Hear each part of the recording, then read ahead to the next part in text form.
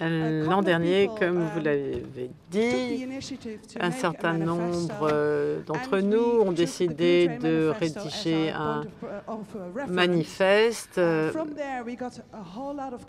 Nous avons eu beaucoup de contributions, de remarques.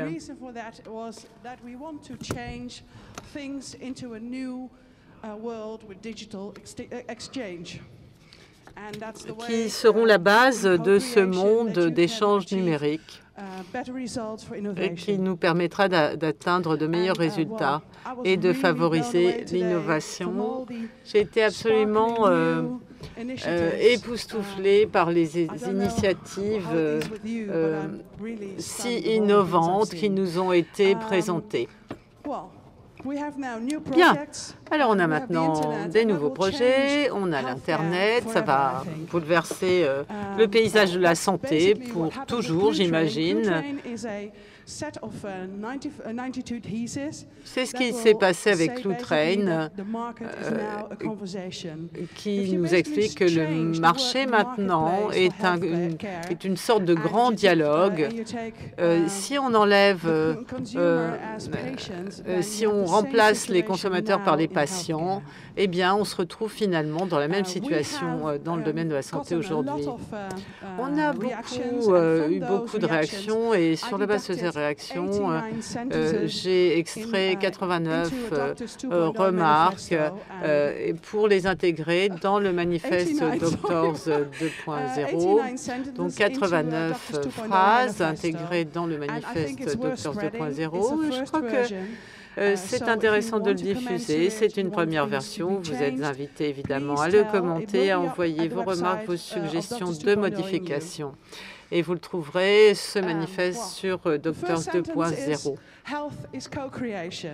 La première phrase que j'ai relevée, c'est « La santé, c'est une co-création ». Et rassurez-vous, je ne vais pas vous faire la lecture des 89 phrases, parce que nous avons maintenant le docteur Jacques Lucas, qui est cardiologue et qui est président de l'ordre du Conseil national de l'ordre des médecins, vice-président. Il est responsable du système d'information en santé. Alors, nous avons finalement choisi un certain nombre de phrases. La santé, c'est une co-création. Qu'en pensez-vous? Quelle est votre réaction à ce sujet? Alors, je vais d'abord dire que quand l'Ordre national des médecins s'exprime en France, il s'exprime en français, ce qui d'ailleurs m'arrange bien parce que je ne manie pas aisément la langue de Shakespeare. Alors, la santé est une co-création. Je vais commencer sur un mode humoristique en disant que le créateur, il a aussi créé la maladie. Et que ça n'est pas la co-création. J'imagine que derrière, vous avez voulu dire que les savoirs pour maintenir la santé sont des savoirs qui se constituent, et c'est une expression que j'ai déjà dit, je crois d'ailleurs hier matin, que le médecin et les professionnels de santé avaient le savoir des maladies et que les patients avaient le savoir des vécus des maladies. Et quand j'entends le vécu des maladies, c'était pas uniquement ce qu'ils pouvaient éprouver, mais c'est comment ils vivaient leur vie personnelle, leur vie sociale, leur vie affective, leur vie sexuelle, enfin l'ensemble de ce qui constitue une vie harmonieuse quand on est malade. Donc je suis assez d'accord avec cette idée que health is co-creation, mais je pense que ça mériterait un petit développement dans le sens que je viens de faire, plus petit, parce que j'ai tendance à être un peu bavard quand j'ai un micro.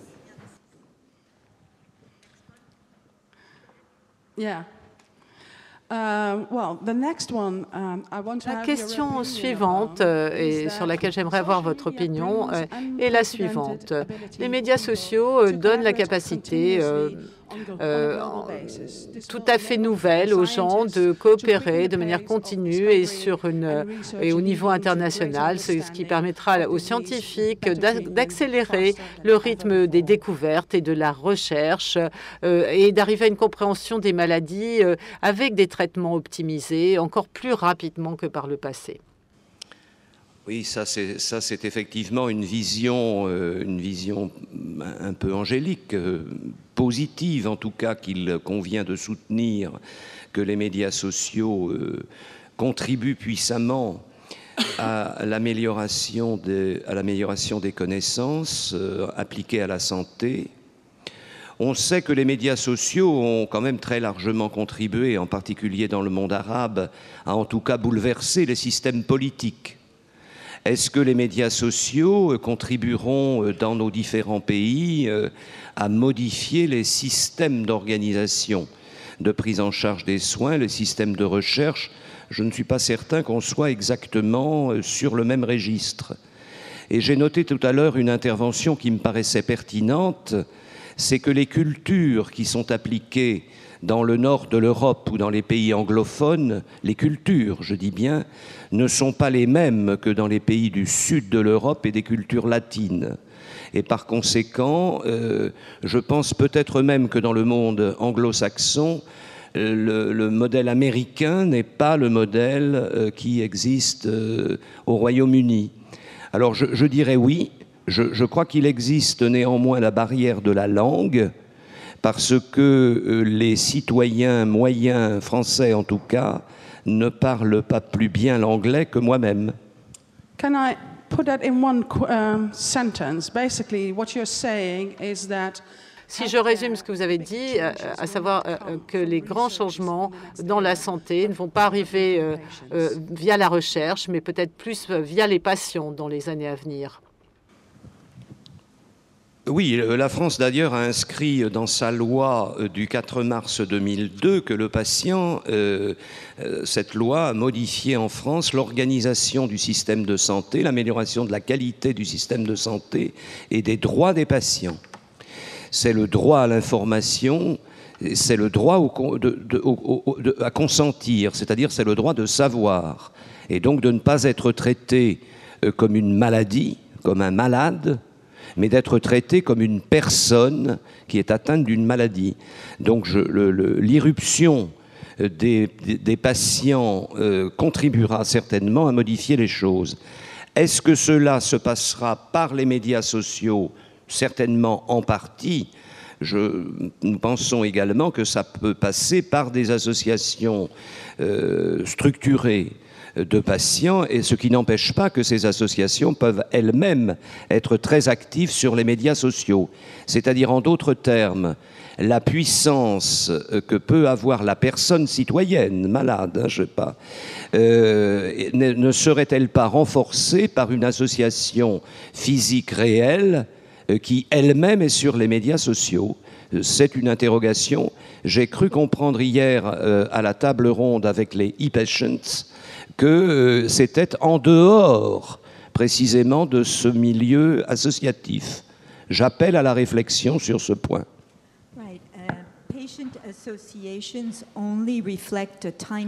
Oui, mais les associations de patients, elles ne reflètent qu'un petit nombre de patients parce que tout le monde n'a pas envie de passer du temps à participer à une association. Donc, ce qu'on disait hier, en fait, c'est que malheureusement, mais si les gens veulent contribuer de manière finalement assez ponctuelle et ne veulent pas se sentir embrigadés, engagés dans une association, ce que disaient les gens hier à la table ronde, ils nous expliquaient qu'ils avaient créé une organisation, une association, parce qu'ils avaient estimé qu'ils n'avaient pas le choix en raison de l'organisation du système.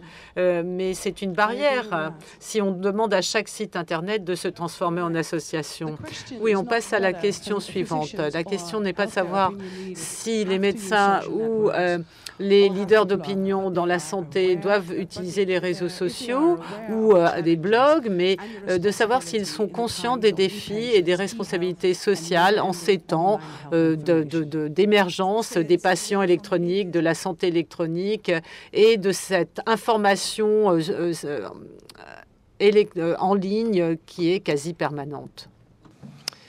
Je fréquentais hier et aujourd'hui Twitter et j'observais quelques remontées également de la base médicale, parce que si les patients peuvent être dispersés, j'entends bien le discours, les médecins peuvent également l'être. Et à la louche, pour ce qui concerne les médecins français, ils étaient un peu désabusés parce qu'ils passent beaucoup de temps sur Twitter, parfois jusqu'à point d'heure, comme on dit en France. Donc il y a du temps quand même qui est consacré à ça, Denise. Et alors pourquoi est-ce que les gens n'auraient pas le temps d'être dans des associations, mais de tweeter jusqu'à 2 heures du matin? C'est une interrogation, c'est pas un reproche. En tout cas, je reste partisan, mais c'est probablement parce que je représente une institution, qu'il est préférable que, pour ce qui concerne les professionnels de santé et les médecins, ils soient regroupés, ce qui n'enlève en rien la liberté d'expression. Et je continue de penser que les patients devraient réfléchir également à ce que leur apporterait le regroupement associatif, y compris d'ailleurs des patients actifs sur la toile, pour avoir un effet beaucoup plus fort sur les instances décisionnelles du monde de la santé. Et je rappelle également à cette table ronde, c'est que là, je vois donc afficher opinion. Et que Franck Chauvin, hier, à une des tables rondes, a bien dit qu'il fallait distinguer l'information du savoir et de l'expression d'opinion. Oui, là, c'est opinion leader, c'est une expression. Qui opinion leader? C'est pas opinion. An opinion leader, you are an opinion leader. Vous êtes un leader d'opinion, vous êtes un leader d'opinion clé en France, je suis heureuse de vous le dire. Mais ce que l'on disait sur les individus et les associations, c'est que Internet, c'est la diversité. L'idée étant que vous pouvez être dans une association, mais vous n'êtes pas obligé d'y être et vous pouvez vous exprimer autrement. Il s'agit surtout d'être informé du fait que des opinions sont exprimées sur le web. Pardonnez-moi, je crois que là encore se pose un problème structurel et de structuration sociale. Les lobbies, et d'ailleurs il n'y a pas de traduction véritablement française du terme, correspondent à la culture américaine. Alors ça ne veut pas dire qu'il n'y a pas des lobbies qui existent également en France pour l'édification des lois et des réglementations. C'est les coulisses. Oui, ce sont des coulisses, mais merci Denise de m'avoir reconnu comme leader d'opinion. Mais en tant que leader d'opinion, je dois d'abord convaincre mes confrères. Mon objectif, et quand je dis moi, je ne sais pas si Jacqueline d'ailleurs est encore dans cette salle, je ne suis qu'un des représentants du Conseil national, même si j'ai été le premier sur ce sujet. Et par conséquent, le leader charismatique, qu'il soit médecin ou qu'il soit patient, à mon avis, n'existe pas.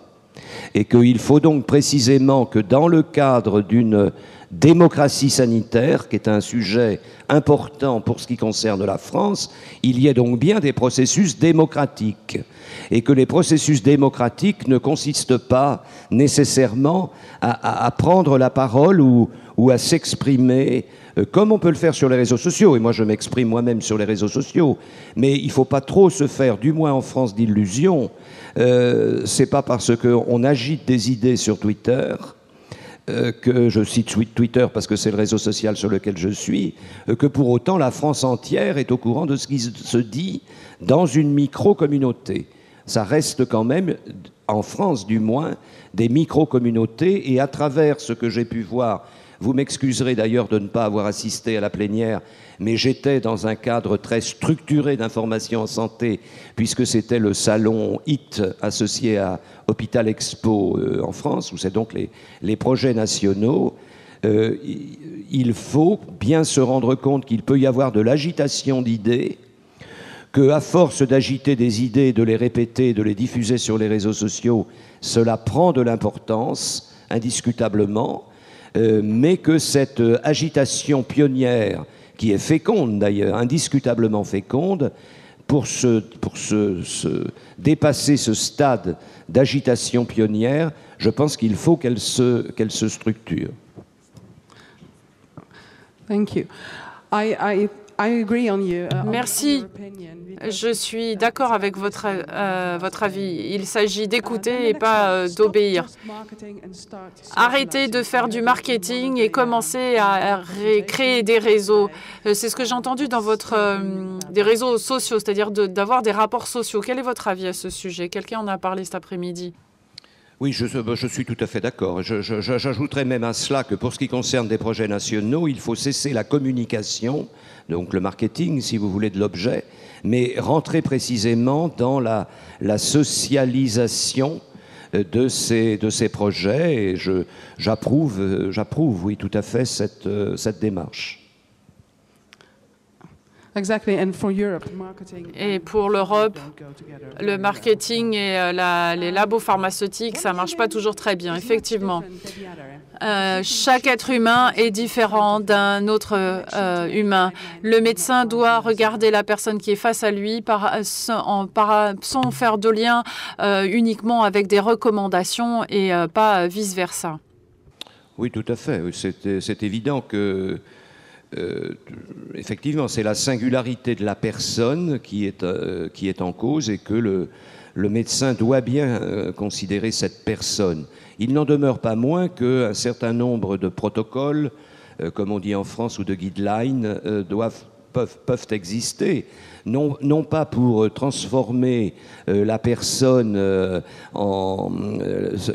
les décisions que l'on prendra pour la personne résulteront d'algorithmes qui seront appliqués aveuglément, mais c'est bien évident qu'il peut y avoir un processus d'aide à la décision, et j'approuve, oui, tout à fait le sens de ce manifeste. Pour le résumer, en une phrase, c'est avoir la maladie et ne pas être la maladie. C'est quasiment la dernière. Non, c'est le dernier déclaration. Ce n'est pas une astuce. La compassion dans le soin, ce n'est pas une astuce. Oui, enfin, je crois que l'attitude compassionnelle ne s'apprend pas. Je crois que ça peut être lié à des prédispositions personnelles lorsque une personne s'engage dans des études médicales, dans des études en santé en général, c'est qu'elle manifeste un altruisme dont elle retirera d'ailleurs des bénéfices secondaires. C'est pas de la bienfaisance comme ça sans suite. Il y a bien sûr des mécanismes de compensation secondaire.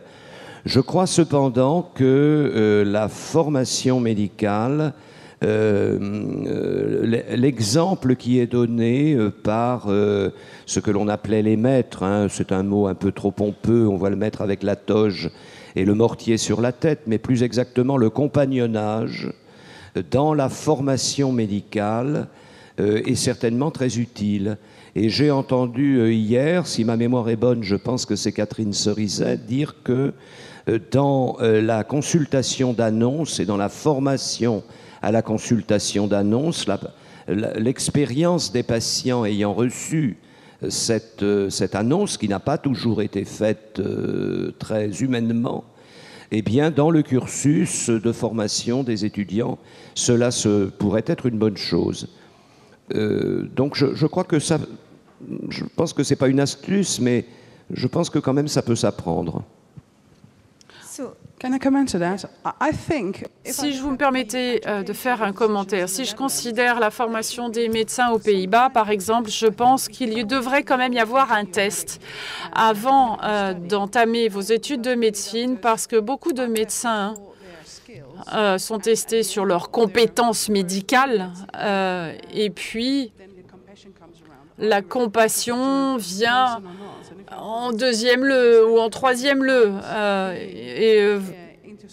vous passez plusieurs années dans une école de médecine et vous n'avez pas forcément de la compassion pour les autres. Ça peut être un peu difficile. Oui, je crois, vous avez raison, mais je crois que tout au moins pour ce qui concerne la France, vous savez, c'est les mouvements de balancier. La médecine a longtemps vécu en France sous un angle très caritatif, très judéo-chrétien. Le système de santé français, c'était beaucoup de congrégations religieuses qui les tenaient. Donc il y avait ce côté-là où la compassion, alors du coup, était... voilà.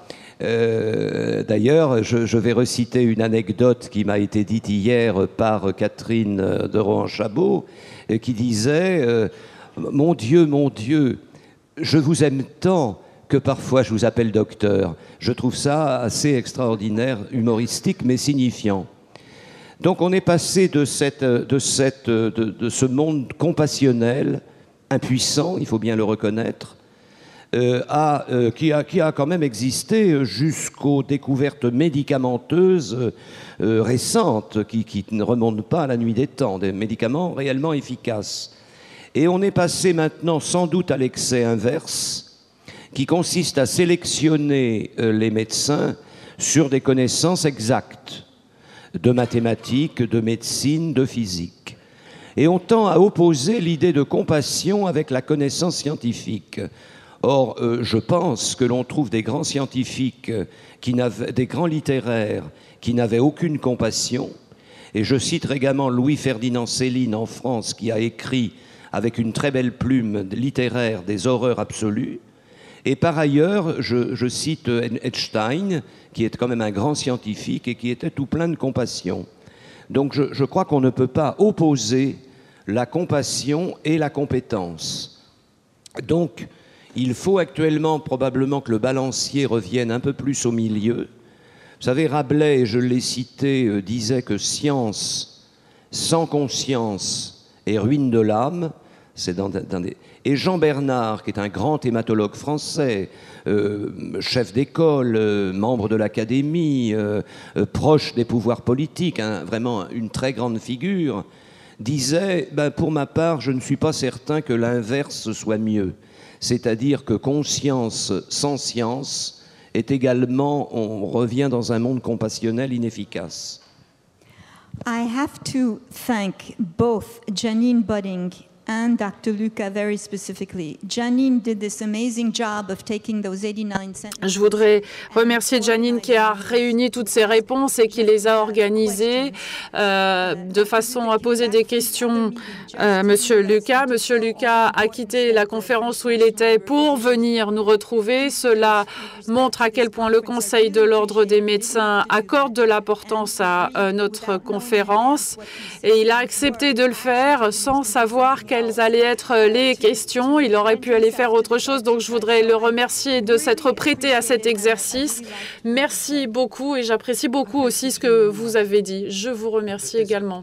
Est-ce que je suis reçu à l'oral? 20 sur 20. Je voudrais toutefois, permettez-moi d'ajouter autre chose. J'ai été tout à fait frappé tout à l'heure d'apprendre que 600 000 portables, si ma mémoire est bonne, je vous l'avais tweeté, sont perdus dans des taxis londoniens. Et effectivement, c'est quand même une vraie question. Et si ces iPhones ou tablettes portent des données personnelles de santé? Juste pour conclure, pour ouvrir en tout cas une réflexion sur l'Europe, la Commission européenne a actuellement mis plus qu'en réflexion d'ailleurs une révision de la directive de 1994 portant sur la protection des données personnelles. Une première tentative avait été faite il y a 3 ans et les experts consultés par la Commission européenne étaient 4 juristes américains, nord-américains, et un juriste des Pays-Bas ayant des intérêts dans une société américaine. Le Conseil de l'Ordre des médecins, le collectif interassociatif sur la santé et avons soutenu Alex Türk, qui présidait alors la CNIL française et le groupe des 27 CNIL européenne pour s'opposer à cette disposition. Pourquoi? Parce que nous n'avons pas la même conception que le monde américain sur les données personnelles de santé. les données personnelles de santé au regard de la culture française ne sont pas marchandisables. Voilà. Donc, il va y avoir actuellement probablement de nouveau un combat ou un débat au niveau européen, puisque le Sénat français et la Commission des affaires étrangères de l'Assemblée nationale, avant qu'elle rentre dans ce temps temporaire de déshérence, ont exprimé également de très fortes réserves. La CNIL l'a dit également et le Conseil national de l'ordre le dira. C'est-à-dire que les données personnelles de santé doivent impérativement, à nos yeux, au nom des libertés individuelles précisément, être protégées. Et que par conséquent, les réseaux sociaux doivent anonymiser strictement, de notre point de vue, doivent anonymiser strictement les données personnelles de santé, mais cela n'empêche pas que les réseaux sociaux peuvent être utilisés dans un principe de bienfaisance, etc. Et on ne va pas refaire les 2 jours de débat. Moi, je ne peux pas outrepasser certains éléments. Si certains pensent que cette décision doit être prise, il faudra s'y plier. Je voudrais vous remercier tout le monde. Je voudrais appeler toute mon équipe pour qu'elle vienne me rejoindre ici pour remercier tout le travail qu'elle a accompli.